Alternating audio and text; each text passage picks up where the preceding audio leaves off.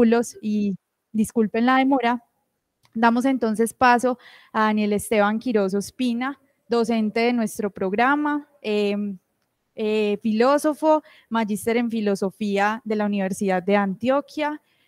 Muchos ya lo conocerán, así que él solito se sostiene con su palabra. Nos acompaña con la conferencia Campos de Sentido, posibilidades para una ontología hermenéutica en el nuevo realismo. Esta es la conferencia inaugural de las jornadas. Gracias a todos por venir. Muchísimas gracias, Paloma. Muchísimas gracias a los que nos están acompañando de forma presencial y a los que nos están acompañando desde su conexión en forma virtual. Entonces, para no hacer más preámbulos por el tiempo, entonces presento esta conferencia titulada Campos de Sentido, posibilidades para una ontología hermenéutica en el nuevo realismo. Entonces dice de la siguiente manera. En lo que sigue, intentaré esbozar el planteamiento de un problema que espero desarrollar eventualmente en forma de tesis. Este se ha venido gestando desde hace un par de años, cuando tuve la ocasión de presentar en este mismo evento una introducción a la ontología de los campos de sentido mediante una breve explicación de su análisis negativo de la noción de existencia. De este primer trabajo surgió el artículo Si existe algo, no existe todo, el análisis negativo de la noción de existencia en la ontología de los campos de sentido, publicado en el año 2023. No deja de ser pertinente entonces volver brevemente a lo que se explicó en dicha ocasión para conectarlo con el asunto que me interesa abordar ahora. El corazón de la filosofía, en tanto indaga de la forma más radical posible por la realidad que nos rodea, se encuentra en los problemas propios de la ontología y de la metafísica.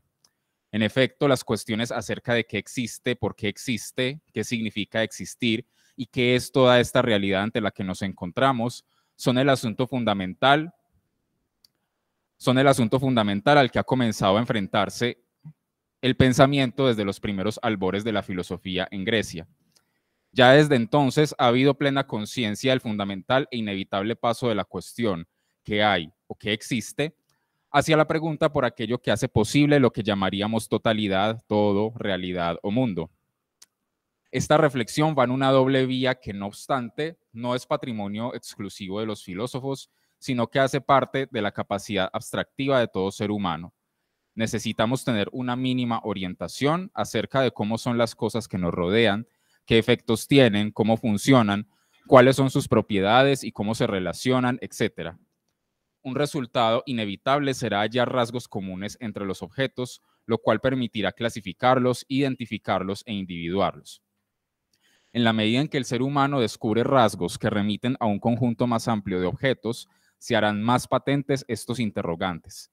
¿Qué tiene de común todo y por qué todo es como es y no de otra manera? Hay una intuición fundamental detrás de tales interrogantes, a saber, hay algo que nos contiene, dentro de lo cual está todo cuanto nos rodea. Y aún más, ese algo que nos contiene es lo que fundamenta la realidad de todo. Lo que sea ese todo es aquello que es común a todos los objetos existentes. La capacidad abstractiva del ser humano lo ha llevado históricamente a concebir de múltiples maneras lo que Marcus Gabriel denominará una metáfora absoluta. La noción de que el drama de su vida se juega en un todo de personas y cosas que conforma el gran contexto de la realidad que lo rodea. Esto tampoco ha sido patrimonio exclusivo de los filósofos, ni siquiera de Grecia. Ya desde las primeras visiones mitológicas del mundo ha sido patente la concepción de que tal contexto es un todo entero y determinado, sea que se limite a las lindes de la cueva, la montaña o el universo, que contiene y conforma todo cuanto hay.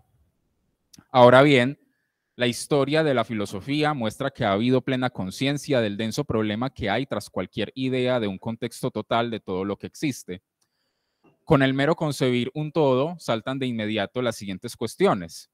¿Qué se incluye dentro de todo?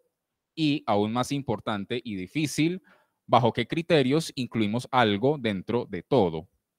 No obstante, cualquier camino que tomemos, suponiendo la posibilidad de responder estas preguntas, nos pone una condición que le agrega mayor peso a las dificultades. Cualquier posible concepción sobre el contexto total toma la forma de pensamientos con pretensión de verdad. Decir que la realidad consiste, por ejemplo, en átomos, entidades materiales, inmateriales, el universo, partículas elementales, la continuidad espacio-tiempo, etcétera, supone la posibilidad de hallar un ámbito fundamental en el que todos los fenómenos y objetos confluyen o al que son todos reducidos, el cual nos señalará qué le permite a algo hacer parte de la realidad, hacer parte de todo lo que se da en ella. En suma, la pregunta ¿qué hay o qué existe? Nos remite indefectiblemente a la pregunta por la existencia. ¿Bajo qué criterios decimos de algo que existe? Además, el hecho de que cualquier respuesta a estos interrogantes tomará la forma de enunciados con pretensión de verdad agrega una nueva dificultad. Tales pensamientos no solo deben contener y explicar cómo es el contexto total que contiene y conforma cuanto existe, sino que deben tener presente que ellos mismos hacen parte de dicho contexto. Cualquier pensamiento que pretenda explicar la totalidad debe ser de tal suerte que se incluya a sí mismo. No hay explicación de la totalidad que no presuponga la necesidad de apuntar a una simetría total entre el pensamiento y todo lo demás que existe. Estas cuestiones serán la firma que le pondrá Parménides al acta de nacimiento de la metafísica. Existe una supercosa que siempre ha sido y cuyo ingrediente base es el ser, y esto es lo único que el pensamiento puede concebir coherentemente.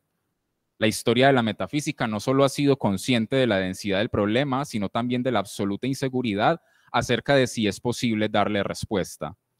Ya en su momento, Platón agregó otra dificultad al analizar la tesis parmenidea.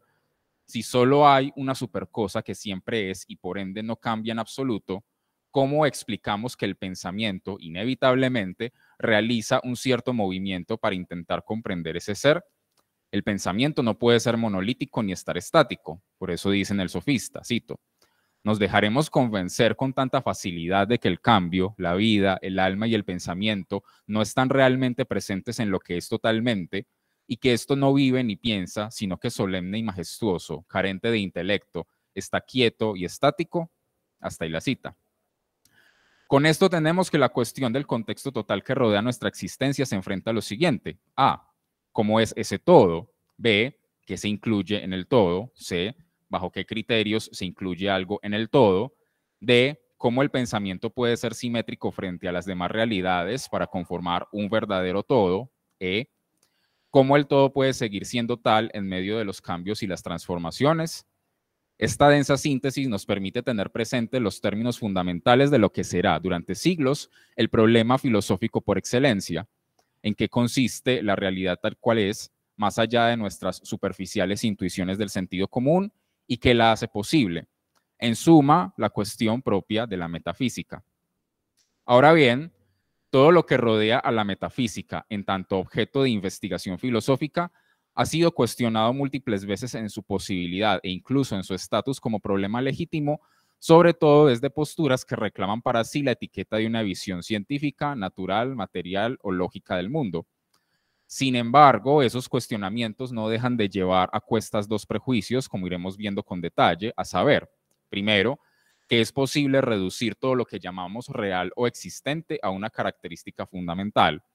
Y segundo, suponer que la realidad es ante todo un ámbito independiente de la conciencia y el pensamiento humanos, lo que Marcus Gabriel denominará un mundo sin espectadores. Incluso proyectos científicos como el hallar la partícula fundamental que compone toda materia o definir el universo como el todo de lo real, susceptible de ser investigado a través de la ciencia física, dan por sentado que se puede definir toda la realidad a partir de un elemento transversal que, al encarnarse en un pensamiento verdadero, susceptible de ser llevado a un lenguaje entendible por cualquier conciencia, establece de forma absoluta una descripción correcta del mundo. Como iremos viendo a lo largo de esta presentación, cualquier concepto o teoría que presuponga la posibilidad de dar con un elemento transversal, una definición fundamental o una superentidad que sostiene la existencia de todo lo que consideramos como realidad es inherentemente metafísico, sin importar si habla en nombre de una visión mítica, religiosa, científica o lógica. Aún incluso sigue siendo metafísica una postura que habla en nombre de una, cito, representación según la cual en el plano epistémico nosotros estamos reducidos a un ámbito limitado, más allá del cual hay otro ámbito indeterminado al que nosotros no tenemos ningún acceso. Está ahí la cita. Lo es en tanto divide toda la realidad en dos ámbitos, uno al que podemos acceder y otro que nos está vedado. La historia de la filosofía ha gravitado en torno a concebir una imagen del mundo o de la totalidad, sea a través de definir una supraentidad que llamaríamos ser en cuanto tal, o a través del estudio de las condiciones que nos permiten acceder a esa parte de la realidad que no nos está proscrita, y esta motivación sigue estando presente hasta el día de hoy. Segundo punto, el contexto del nuevo realismo y la ontología de los campos de sentido. Este breve esbozo de los problemas propios de la ontología y de la metafísica tuvo como objetivo entender a cabalidad lo que implica plantearse el siguiente cuestionamiento. ¿Qué pasa si no hay todo? Esta posibilidad no es nueva si tenemos en cuenta lo que ya en su momento explicaba José Ortega y Gasset. El todo es lo que radicalmente no sabemos. Ni siquiera podemos estar seguros de que exista ni de que podamos concebir algo que sea transversal a toda la realidad. A lo largo de la historia de la filosofía, algunos pensadores han considerado que la totalidad no es algo que esté al alcance del entendimiento del ser humano. Esta imagen va a adquirir toda su dimensión a partir del pensamiento moderno, cuando la estructura y las condiciones del pensamiento racional se conviertan en el núcleo gravitatorio de la reflexión. Es común concebir el inicio de la filosofía moderna como la consolidación de una decisión. Si el pensamiento anterior consideraba que podíamos concebir la estructura de la realidad tal cual es en sí misma, la modernidad hará una presunta profesión de modestia al considerar que en el fondo ese mundo en sí está desde el principio atravesado por condiciones particulares de nuestra conciencia, la cual no se puede presuponer que constituya un acceso a las cosas tal y como son.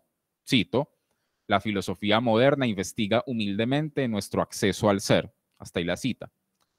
Será Immanuel Kant quien desarrolle en toda su dimensión los términos de esta profesión de modestia. Para él, el mundo en sí no es un objeto de ningún saber posible, pues toda nuestra experiencia está ya atravesada por las formas a priori de nuestra sensibilidad, de nuestro entendimiento y de todo nuestro proceso de esquematización. Una crítica de la razón pura mostrará eventualmente que todo el ámbito de lo que nos rodea es inseparable de las condiciones de nuestro acceso a él, y que tales condiciones siempre nos llevan a determinar unos objetos concretos en un campo de experiencia posible. Si hemos de hablar de un mundo, sería en todo caso la idea reguladora de una unidad sistemática de nuestra experiencia posible a partir de las formas a priori de nuestra racionalidad. No podemos acceder a la realidad tal cual es en sí misma porque hay unas condiciones propias del sujeto de las cuales no podemos prescindir ni podemos abstraer. Solo nos quedaría analizar cuáles son esas condiciones y cómo nos posibilitan acceder al ámbito total particular que éstas nos permiten. Para pensadores contemporáneos como Graham Harman, Kanta Miyazu o Mauricio Ferraris, esta conclusión se convertirá en la piedra angular de la filosofía desde Kant y será el germen de todo el pensamiento sobrevenido de aquí en adelante. Para este último filósofo en particular, Ferraris, este prejuicio kantiano será la raíz tanto de los proyectos epistemológicos que emergerán hasta la filosofía analítica de principios del siglo XX, como de la fenomenología, la hermenéutica y el pensamiento posmoderno. Los nombres con los que se ha bautizado a este prejuicio varían. Harman denomina todas las propuestas atravesadas por él como filosofías del acceso. Miyazu, por su parte, pone en boga el término correlacionismo. Más allá de las denominaciones, será la reacción contra este prejuicio y la reivindicación de la idea de poder dar cuenta de los objetos reales tal y como son en sí mismos, más allá de nuestros esquemas subjetivos, lo que dará origen a partir de principios de los 2000 a un movimiento que se conoció primeramente como realismo especulativo y que a partir de la iniciativa de Marcus Gabriel y Maurizio Ferraris comenzó a etiquetarse desde el año 2011 como nuevo realismo. Si bien esta suerte de movimiento está muy lejos de ser homogéneo en su propuesta filosófica, si comparamos los nombres que están vinculados a él, como Ian Hamilton Grant, Jocelyn Benoist y los ya mencionados Harman, Miyazu, Ferraris y Gabriel, no es excesivo decir que todos coinciden en la necesidad de poner en tela de juicio ese paradigma que adoptó buena parte de la filosofía después de Kant. Será en el contexto de desarrollo del nuevo realismo que aparecerá la propuesta del filósofo alemán Marcus Gabriel, la cual, para efectos de claridad en esta presentación, se denominará ontología de los campos de sentido. La formulación de esta ontología aparece en dos obras clave de este pensador, Sentido y Existencia y ¿Por qué no existe el mundo? En ellas, Gabriel no solo elaborará una crítica hacia la filosofía kantiana y postkantiana, sino que apuntará hacia una discusión con toda la tradición filosófica en la medida en que intente responder a los interrogantes de la ontología y la metafísica que se han esbozado más arriba. Como bien indica la denominación, el concepto clave de la ontología propuesta por Gabriel es el de campos de sentido. Con él mostrará que las preguntas de la metafísica, aquellas que interrogan por la totalidad y aquello que la constituye y la atraviesa, no pueden tener una respuesta. La totalidad o el mundo no es algo que podamos concebir porque simple y sencillamente no existe. Para Gabriel, al analizar la cuestión ontológica, a saber qué es existir y cómo sabemos que algo existe, nos daremos cuenta de que no podemos concebir una totalidad por una razón simple. No podemos dar con una definición exhaustiva y absoluta de lo que es existir en general. Esta tesis será desarrollada en la primera parte de Sentido y Existencia, la cual lleva por nombre Ontología Negativa.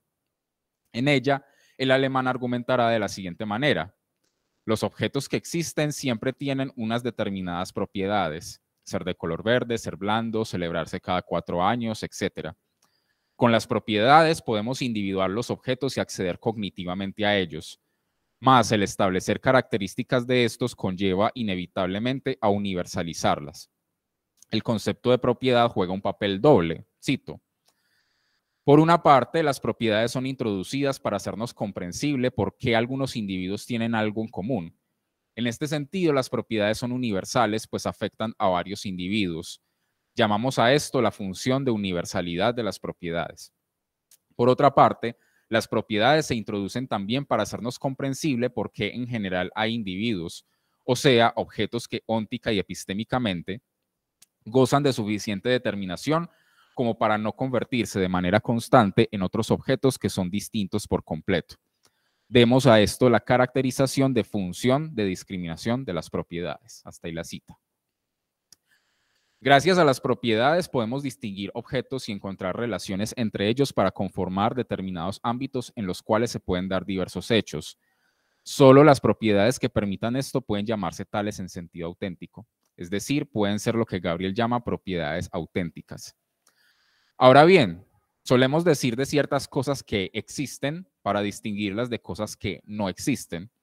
Esto presupone que existencia es una propiedad común a estas cosas, la cual puede conformar un ámbito universal derivado de tal propiedad común. En suma, que existencia es una propiedad auténtica. El primer capítulo de Sentido y Existencia se dedicará a mostrar que la existencia no puede ser una propiedad auténtica por la cual se pueda distinguir de forma absoluta unos objetos que sí serían reales de otros que serían aparentes, subjetivos, construidos, etc. La existencia no puede ser definida sin remitirse a otras propiedades que sí serían auténticas. Cito: la existencia de hecho solo queda instanciada cuando se haya asociada con otra propiedad que hace destacar un campo como este determinado a diferencia de todos los demás. Hasta ahí la cita. Esto muestra también que las propiedades auténticas nunca pueden aparecer de forma aislada, sino que siempre conforman ámbitos concretos. Mas tales ámbitos no pueden conformarse de cualquier manera. Un conjunto azaroso de propiedades no conforma de forma automática un objeto existente. Las propiedades auténticas solo pueden ser tales y cumplir su función cuando se conforman en campos de sentido. Antes de explicar en qué consisten dichos campos, es necesario entender que este concepto va de la mano con la gran tesis negativa de la ontología de los campos de sentido. Es preciso igualmente comprender la forma como denomina a tal tesis, es decir, ninguna imagen, intuición del mundo. Esta tesis no solamente niega la existencia de una suerte de superentidad, sea la esfera de Parménides o el universo observable, sino que descarta la posibilidad de postular cualquier elemento característico de todo cuanto existe, que sea transversal o al que se pueda reducir toda realidad concebible, incluso en relación con nuestra manera de acceder epistémicamente a ella. La ontología de los campos de sentido se sumerge de lleno en la cuestión ¿qué pasa si no hay todo? Ciertamente, la tesis de que la existencia no es un predicado no es nueva. Ya Kant la postuló para definir el mundo como un campo de experiencia posible. Mas lo característico de la tesis negativa de Gabriel es la radicalidad y la amplitud de lo que implica. Tampoco habría tal campo de la experiencia porque sencillamente no hay nada que se pueda decir o postular acerca de todos los múltiples ámbitos que conforman la realidad. Así, Cualquier afirmación que implique explícita o implícitamente una concepción de la totalidad debe ser descartada de la ontología. Una superentidad, una supraentidad, la reducción a partículas elementales, afirmaciones como el mundo es todo lo que es el caso o existir es caer bajo un concepto, cualquier teoría sobre el objeto en general, los intentos propios de la metafísica analítica de elaborar una cuantificación sin restricciones o la teoría de los mundos posibles en un espacio lógico. Decir ninguna imagen intuición del mundo también implica descartar cualquier división a priori de la realidad, como ser apariencia, mundo sensible, mundo inteligible, fenómeno noúmeno, mente materia, objetos naturales, objetos sociales, etc. Incluso la idea de que el mundo solo es accesible para cada ser humano desde su perspectiva particular lleva en el fondo el prejuicio de que todas estas perspectivas confluyen en un ámbito o contexto total, por más que ningún sujeto singular pueda tener un acceso privilegiado, fenoménico y o epistémico a dicho contexto. Esta tesis negativa es fundamental para entender lo que Gabriel desarrollará como tesis positiva en la segunda parte de Sentido y Existencia. Si no hay nada que sea común a todo cuanto existe y nuestro acceso a ello, ni trascendental, ni física, ni lógicamente, esto tendrá una primera consecuencia. Es falso que un objeto exista o no exista sin más. Más bien, el objeto aparece siempre en un campo de sentido particular. Pongamos un ejemplo concreto.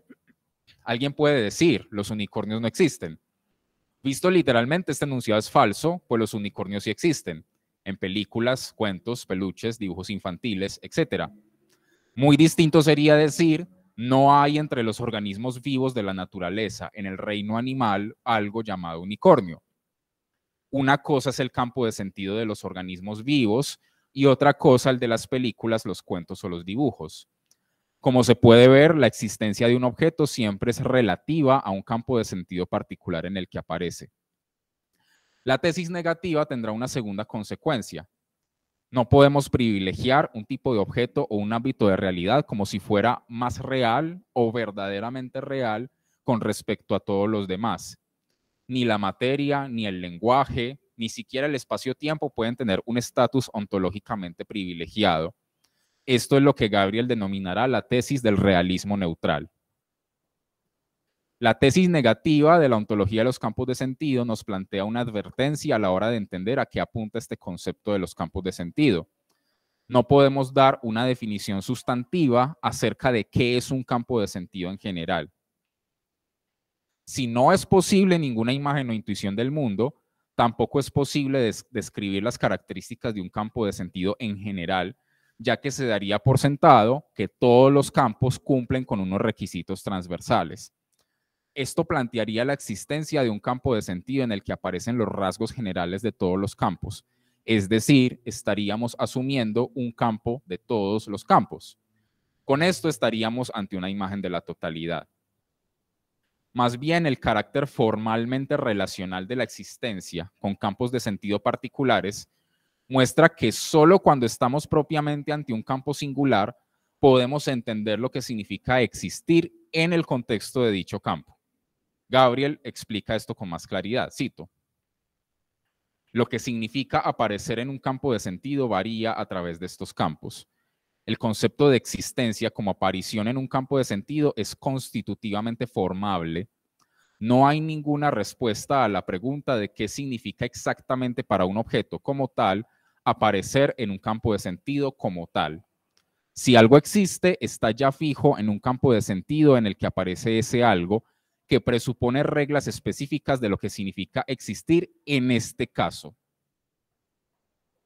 Cada campo de sentido particular establece sus propios parámetros por los cuales un objeto puede aparecer en él.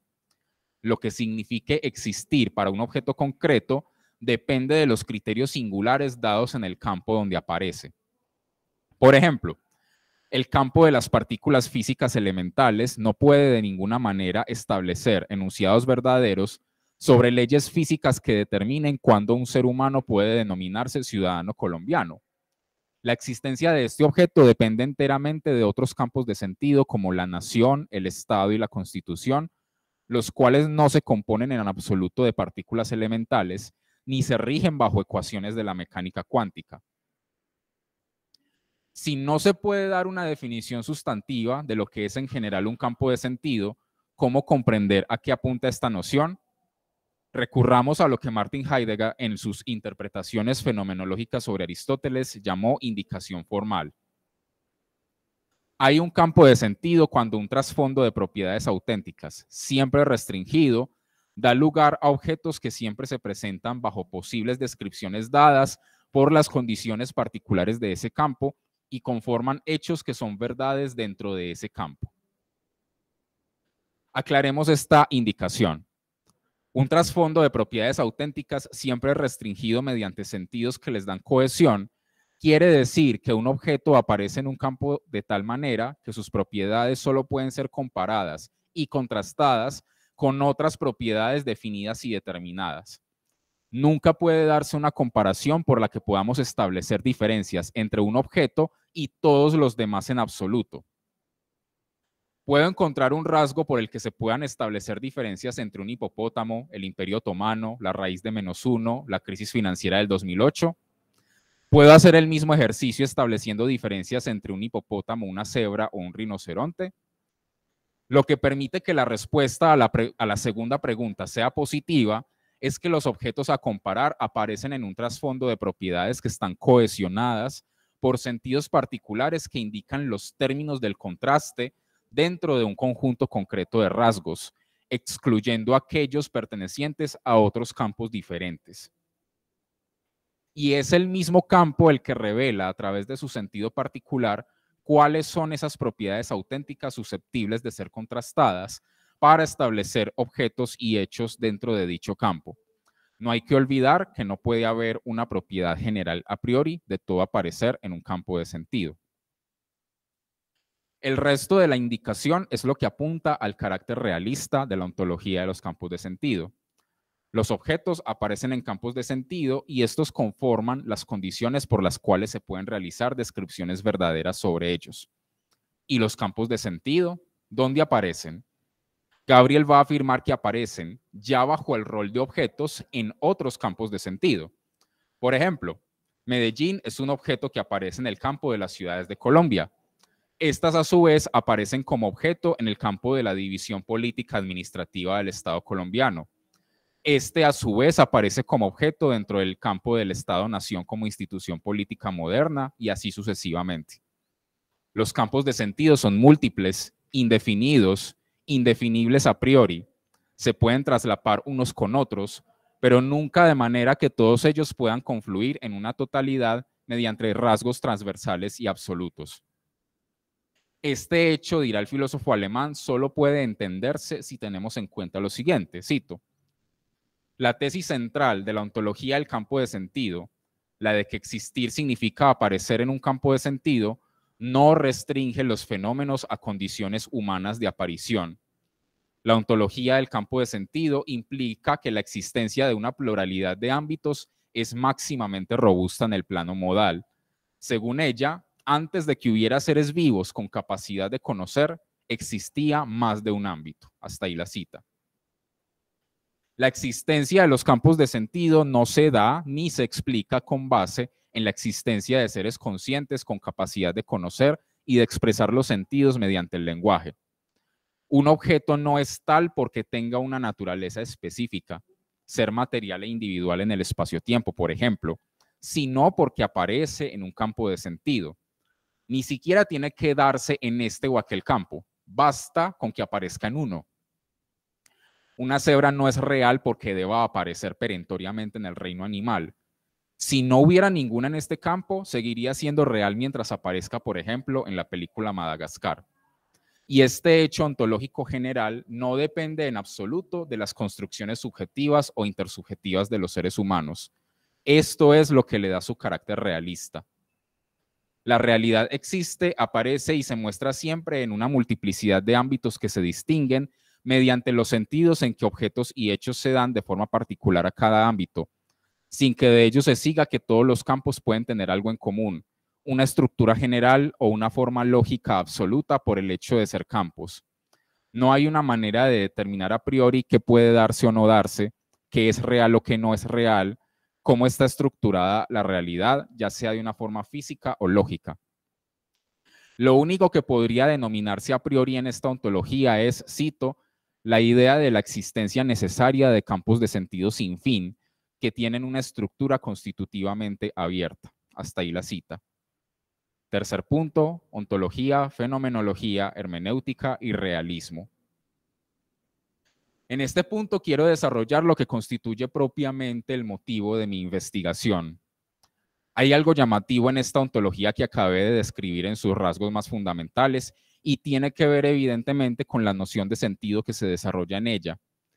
Históricamente, el sentido ha estado ligado a una manera particular de representar un objeto, un hecho o una situación a partir de una mediación lingüística propia de seres con conciencia y subjetividad. El clásico ejemplo de Frege sobre el planeta Venus o el hecho de que los seres humanos brindan significados simbólicos a diferentes objetos han sido muestra de esta manera tradicional de concebir la cuestión del sentido como algo esencialmente subjetivo o a lo sumo intersubjetivo que emerge de una relación intencional fundamental entre un ser consciente y un objeto, la cual, según la teoría filosófica del caso, puede darse mediante el concurso de una cierta representación, que habría que entrar a investigar en sus rasgos universales. Ahora bien, Marcus Gabriel va a mostrar a lo largo de su ontología que el sentido no es algo que se da solamente en la medida en que existen seres conscientes que lo elaboran y lo expresan. Una afirmación fundamental de la ontología de los campos de sentido es que los sentidos son propiedades de las cosas en sí mismas, ya que éstas solo pueden existir en la medida en que aparecen en campos de sentido particulares. Si bien puede haber algunos campos y por ende algunos sentidos que son producto de elaboraciones intencionales y lingüísticas propias de los seres humanos, de ahí no se sigue que los demás objetos, que no son resultado de tales elaboraciones, estén por sí mismos vacíos de sentido. Como bien lo expresa Gabriel, no puede hablarse de un mundo sin espectadores, totalmente puro e incontaminado de sentidos subjetivos particulares, al que podríamos acceder o no, según otras teorías metafísicas, con teorías que se sumerjan lo más posible en esa pureza. Sobre el estatus modal de los campos de sentido, es decir, su realidad y su necesidad, Gabriel enfatiza, cito, por esto en general tampoco son horizontes o perspectivas, no son entidades u objetos epistémicos que nosotros postulamos simplemente como entidades teóricas. Más bien, los campos están en la vertiente de las cosas, pues sin ellos no puede aparecer ninguna cosa, ningún objeto. Hasta ahí la cita. Generalizar que el sentido se limita a expresar construcciones lingüísticas de la experiencia humana implica ver la potencia humana de elaborar sentidos a través de su lenguaje y su capacidad de abstracción como un elemento transversal a toda concepción de lo real. Si así son las cosas, si el sentido es mucho más que el producto de lo humano demasiado humano, si es más bien lo que se da siempre en la aparición de cualquier objeto de realidad, hecha o no por seres conscientes, la ontología de los campos de sentido tiene serias consecuencias para la naturaleza y el ejercicio del pensamiento fenomenológico y hermenéutico. La fenomenología y la hermenéutica nacieron para vincularse en torno al proyecto ontológico de hacer del sentido y la vivencia intencional humana el fundamento de nuestra comprensión de la realidad. Esta tarea filosófica fue planteada y elaborada en toda su densidad por Martin Heidegger en su ya célebre tratado de 1927, Ser y Tiempo. La vinculación entre ontología, fenomenología y hermenéutica como vehículo para poder dar cuenta del ser en general, al menos en su sentido para nosotros. Esto explica la ya conocida aclaración de Heidegger, según la cual su investigación no versa sobre el ser en general, sino sobre el sentido del ser, atravesado por las condiciones del tiempo como horizonte de comprensión de tal sentido. Al menos desde la obra de 1927 e incluso después del históricamente mencionado giro en su pensamiento Oquerre, Heidegger tuvo una concepción clara y consistente sobre cuál era para él el objetivo primordial de la investigación ontológica. Cito, para nosotros el asunto del pensar es lo mismo y por lo tanto el ser. pero el ser desde la perspectiva de su diferencia con lo ente. Digámoslo con más precisión todavía. Para Hegel, el asunto del pensar es el pensamiento como concepto absoluto. Para nosotros, el asunto del pensar, usando un nombre provisional, es la diferencia en cuanto diferencia. Hasta ahí la cita. La metafísica que perduró hasta el siglo XX tenía como fin de la investigación establecer las cualidades fundamentales de toda entidad, según se tomara desde un punto de vista materialista o de cualquier otra índole, para así dar cuenta de lo que es transversal a toda entidad posible, a saber, el ser en general, que será considerado fundamento de posibilidad y de pervivencia de toda entidad existente. Cito: la totalidad del conjunto es la unidad de lo ente, que unifica en calidad de fundamento que hace surgir algo. Para el que sepa leer, esto quiere decir que la metafísica es ontoteología. Hasta ahí la cita. La pregunta que plantea Heidegger da un giro en la investigación ontológica para vincularla con la cuestión del sentido, la vivencia y la comprensión por parte de un ente que tiene esa posibilidad en su existencia y en su relación intencional con las demás entidades, razón por la cual la ontología pasa a vincularse de forma ineludible con la fenomenología y la hermenéutica. Cito: a diferencia de lo que ocurre en Hegel, este no es un problema heredado y ya formulado, sino precisamente lo no preguntado por nadie a lo largo de toda esa historia del pensar. Lo llamaremos provisional e inevitablemente, con palabras del lenguaje de la tradición. Hablamos de la diferencia entre el ser y lo ente. Hasta ahí la cita. La densidad de este proyecto tuvo su primer acercamiento en Ser y Tiempo. Para definir esta diferencia, que siempre fue la meta del proyecto que en principio denominó ontología fundamental, el filósofo de la Selva Negra comenzó por trazar el camino a través de la analítica del Dasein, el ente que tiene la posibilidad de comprender el ser y por ende puede llegar a comprender la diferencia entre el ser y los entes. Y como el Dasein en tanto puede comprender el ser, no está determinado en una sola naturaleza, su existencia no se explica por las propiedades invariables que tiene, sino por las posibilidades que crea y entre las que elige mediante sus comprensiones, sus sentidos de la realidad, sino que comprende y define sus posibilidades. Tiene además la característica de que la realidad es algo que inherentemente le incumbe para poder comprender su existencia y las posibilidades entre las que se mueve, vive, decide y existe. La realidad y las posibilidades se le aparecen mediante ciertas vivencias intencionales. Esto es lo que define la vinculación de la ontología con la hermenéutica, con la fenomenología. Así lo define al inicio de Ser y Tiempo. Cito: fenomenología es el modo de acceso y de determinación evidenciante de lo que debe constituir el tema de la ontología. La ontología solo es posible como fenomenología. El concepto fenomenológico de fenómeno entiende como aquello que se muestra el ser del ente, su sentido, sus modificaciones y derivados. Hasta ahí la cita. Por último, esas vivencias fenomenológicas que le permiten al Dasein definir sus posibilidades, resolver la cuestión de su propia existencia mediante su comprensión mediana del ser y de los entes, y además poder preguntarse por el ser, son producto de la comprensión y la interpretación de sentidos. Por esto, el ser solo puede mostrarse ante el Dasein en sentidos particulares que pueden acercarse más o menos a la comprensión de lo ente en general y del ser en general. Por esta razón, la ontología ya no será solamente fenomenológica, sino además hermenéutica. La ontología debe estudiar al ente que es capaz de comprender, interpretar y elaborar sentidos para definir su existencia. Su esencia radica en su posibilidad de comprender, por lo cual la ontología debe igualmente incluir la investigación sobre cómo el Dasein comprende, interpreta y asume posibilidades medianas de comprensión dadas por el carácter arrojado de su existencia. No obstante, hay una implicación en este proyecto.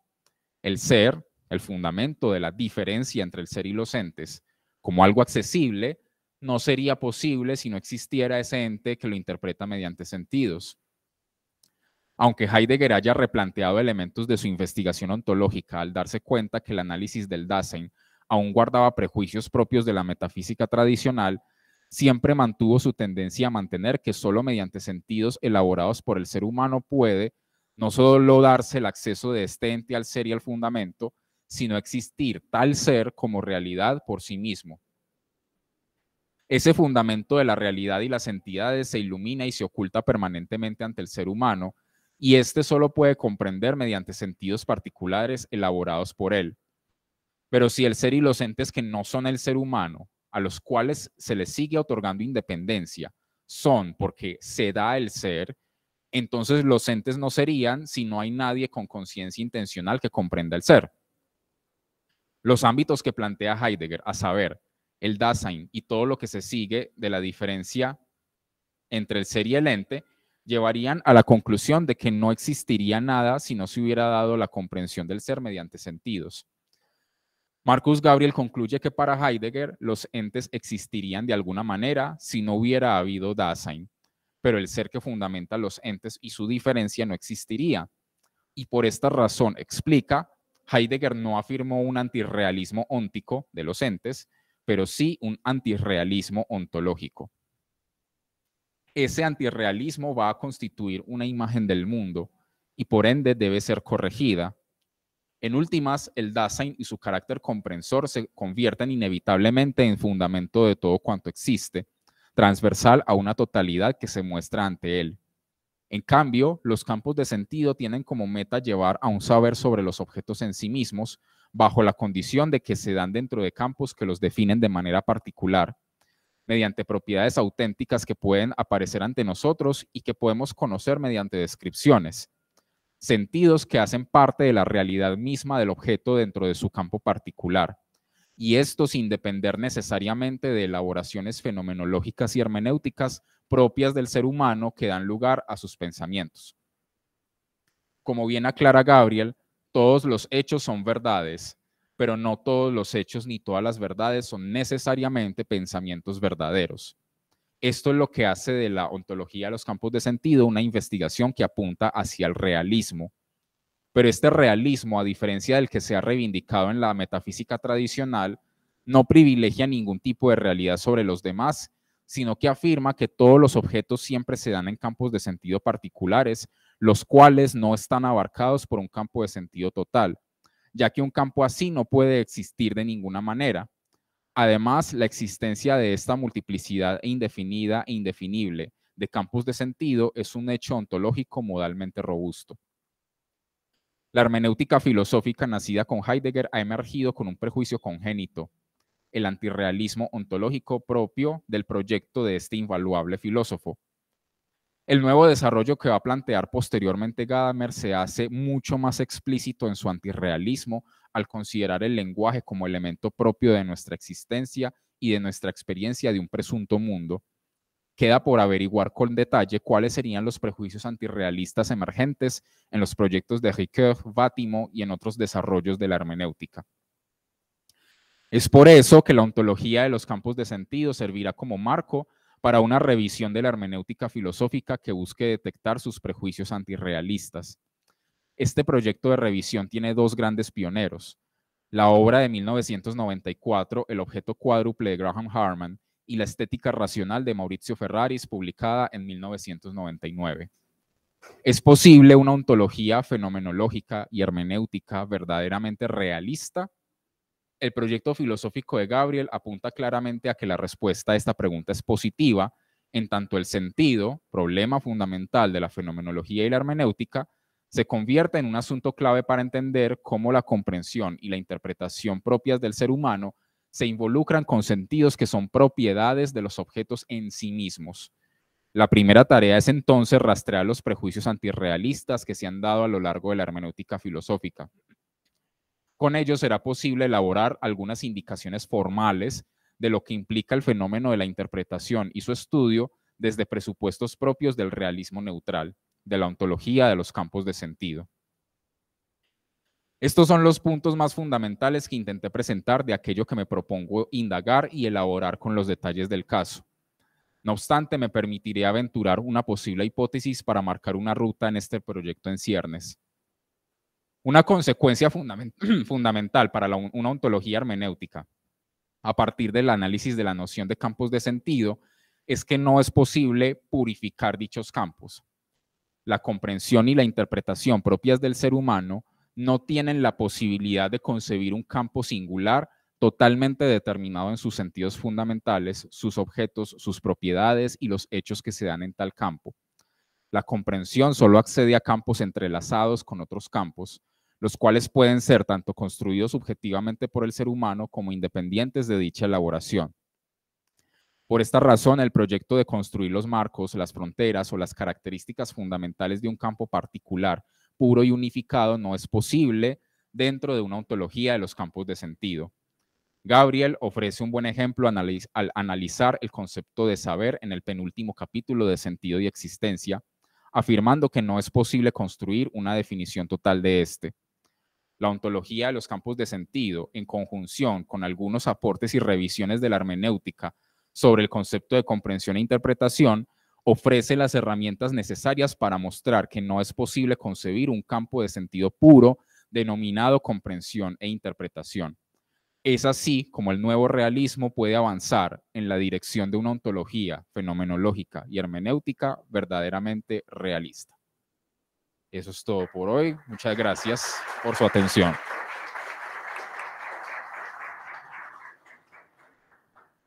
Le agradecemos al profe por su intervención. Tenemos un brevísimo espacio de preguntas en virtud del problema técnico que presentamos, pero sería muy bueno que podamos dar la oportunidad de interactuar con Daniel, ya que tenemos la fortuna de tenerlo acá. Entonces, ¿alguien tiene alguna pregunta? Podemos hacer un par, o sea, se elaboran y ya le damos el espacio final a Daniel para que responda. También quienes están conectados son muy libres de intervenir.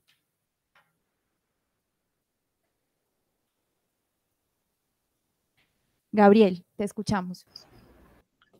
Bueno, muchas gracias. Bueno, disfruté mucho la conferencia, profe Daniel. Yo cuando escuchaba acerca de los campos de sentido, hablabas como de la dificultad de la definición, de la imposibilidad de intuirlos.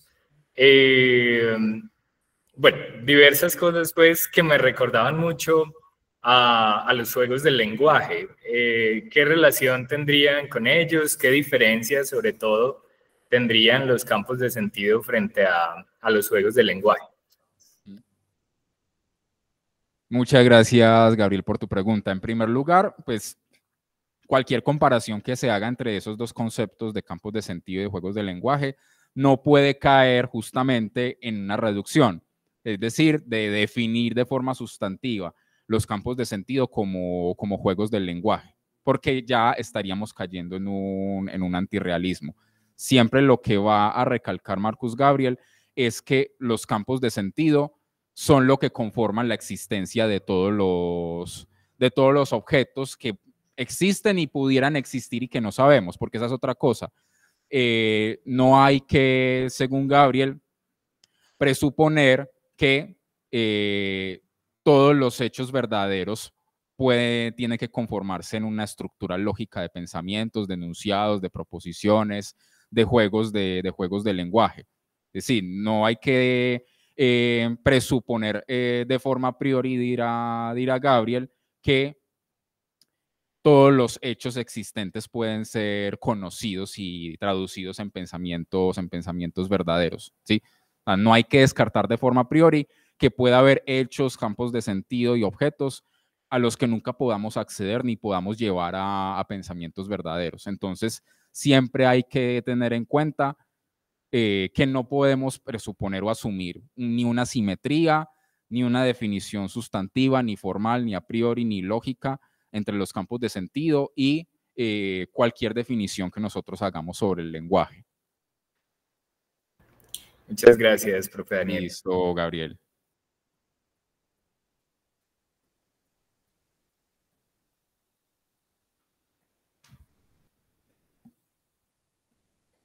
Buenos días, Daniel. Muchas gracias por la presentación. Digamos, tienes un conocimiento magistral pues, sobre el asunto, muy claro. Tengo solamente como un par de preguntas, quizás una es más una observación, y es, obviamente hay una gran presencia de Kant con la crítica que se le establece, Heidegger indudablemente, que al final pues no puedes desarrollar como lo de Gadamer, Rucker, etc. Pero noto una ausencia que, bueno, quizás por cuestión pues metodológica con Hegel, porque Heidegger establece una relación con él, intenta criticarlo, rebasarlo, pero al mismo tiempo Hegel se le convierte en un filósofo muy complejo porque no es tan fácil de digamos, vincularlo a su crítica a la metafísica occidental, como si pasa con Kant, etc. Y lo digo porque Heidegger, y lo señalaste varias veces, alude mucho a la distinción, lo diferencia, mientras que con Hegel uno vería la relación, ¿cierto? Y las relaciones incluso entre desde lo que nos estás presentando, campos de sentido, digamos, se establecen no en un sentido, aunque esta expresión puede ser discutible, no en un sentido de totalidad o de un todo cuantitativo en Hegel, sino más bien de las relaciones, ¿sí? Entonces, eso, por ejemplo, hacia el final de lo que estás presentando, notaba como que de cierta manera, con las diferencias que haya, podría estar en el diálogo que estás presentando. Y lo otro es esto de verdaderamente realista. ¿A qué te quieres referir con ello? Porque todo lo que estás planteando también tiene una crítica a la concepción de realismo, de verdad, de realidad. Finalmente cierras con eso que me parece un poco como, me dejó como en cierta paradoja. ¿Lo podrías ampliar? Gracias. Gracias, profe Andrés. Efectivamente hay una discusión con Hegel que no desarrollé pues, por cuestiones de espacio. Lo que va pues, a mostrar Gabriel es que de todas maneras la idea de un absoluto, ¿sí? Que ese nunca deja de ser la meta fundamental del proyecto de Hegel, dar cuenta del absoluto, no solamente como una entidad sustancial fija, sino como el resultado de un proceso de la conciencia que a través del movimiento y de las contradicciones va teniendo una visión cada vez más amplia de ese absoluto, es decir, como sustancia, como sujeto, diría en la fenomenología, pues no deja de apuntar hacia justamente ese saber absoluto. Hegel siempre apunta hacia la reconciliación total entre la capacidad de pensar de la conciencia y el mundo como algo que va desarrollándose más a sí mismo en la medida en que la conciencia amplía su punto de vista sobre él, pero no deja de tener en mente ese concepto del absoluto, del saber absoluto y de la reconciliación total entre el ser y el pensar. Gabriel va a descartar de entrada que pueda haber una reconciliación entre el ser y el pensar, ¿sí? Porque eso sería vincular la capacidad humana de tener pensamientos verdaderos como algo que puede vincularse a toda la realidad. No deja de ser una imagen del mundo, diría Gabriel. Por eso él no dirá, yo estoy en contra solamente de decir el ser en general, yo no estoy en contra de decir solamente una supraentidad, llámese Dios, llámese infinito, o como lo puedo etiquetar, sino de cualquier cosa que se pueda establecer como transversal a todo lo existente, incluso si es en términos lógicos.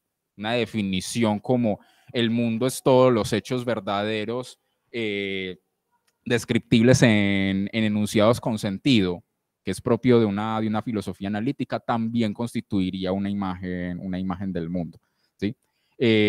La segunda pregunta tenía que ver con esto de la ontología hermenéutica verdaderamente realista.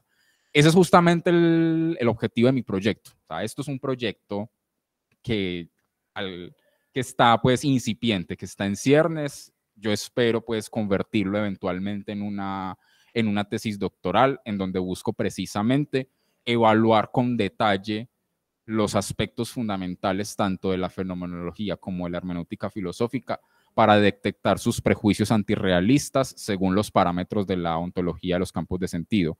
Prejuicios antirrealistas quiere decir todo aquello que establezca que podemos tener una imagen o intuición de la totalidad vinculada a nuestras vivencias intencionales, vinculada a nuestro lenguaje, vinculada a nuestra construcción particular de los sentidos, ¿sí? Cualquier presupuesto que implique que la totalidad del mundo solo es en la medida en que el ser humano construye una imagen, un concepto, un marco, un esquema del mismo. Y eso es algo que a mi modo de ver, la fenomenología y la hermenéutica implícitamente siempre ha tenido ahí. Y por eso nunca ha sido, ni desde Husserl, ni desde Heidegger, ni desde Gadamer. Tendré que averiguar si desde Ricoeur, si desde Bátimo, si desde otros desarrollos de la hermenéutica efectivamente es así. Es algo, por ejemplo, que Maurizio Ferraris afirma de forma tajante, ¿sí? Y sobre todo desde la obra de Gianni Bátimo. Entonces eso es lo que quedaría por averiguar, desarrollar con detalle cuáles son esos prejuicios antirrealistas de la fenomenología y la hermenéutica y cómo sería posible entonces darle un giro a la fenomenología y la hermenéutica para que asuma esos presupuestos realistas. Le agradecemos a Daniel por